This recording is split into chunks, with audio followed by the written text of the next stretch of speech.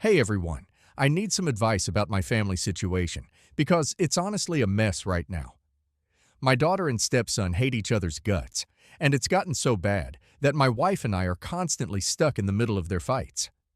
We're arguing way more than we used to, and our marriage is really suffering because of all this drama. I just don't know what to do anymore, so here's the deal. I'm 49 and married to my second wife, Kira, who's 46. We've been married for 4 years. She's got a 20-year-old son named Jill from her first marriage, and I have a 15-year-old daughter, Ellie, from mine.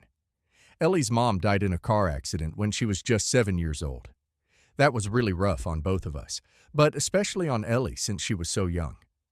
I had to step up and be both mom and dad, which wasn't easy at all. We went through a lot of therapy and struggled for a while, but eventually found our rhythm as just the two of us. After being on my own for a few years, I met Kira at this tennis club where our kids took lessons. She'd been divorced for a while and seemed really nice. We started hanging out more and more, and things just clicked between us.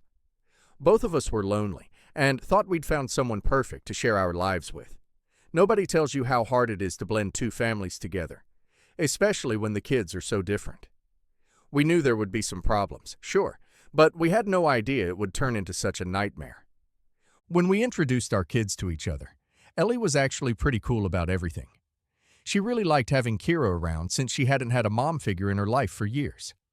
She was 11 at the time and going through all that preteen stuff, so having a woman to talk to was exactly what she needed. Kira was great with her too. They would do girly stuff together like shopping and getting their nails done. But Jill, total opposite. He was 16 and acted like a typical moody teenager who couldn't care less about his mom's new relationship. He barely spoke to any of us and spent most of his time in his room or out with friends. Kira kept saying it was because of his dad's influence and bad attitude, but promised me Jill was actually a good kid deep down and would come around eventually. So we got married and they moved in with us. It was a huge upgrade for them. They'd been living in this tiny apartment, and now Jill got this massive room to himself in my 4-bedroom house.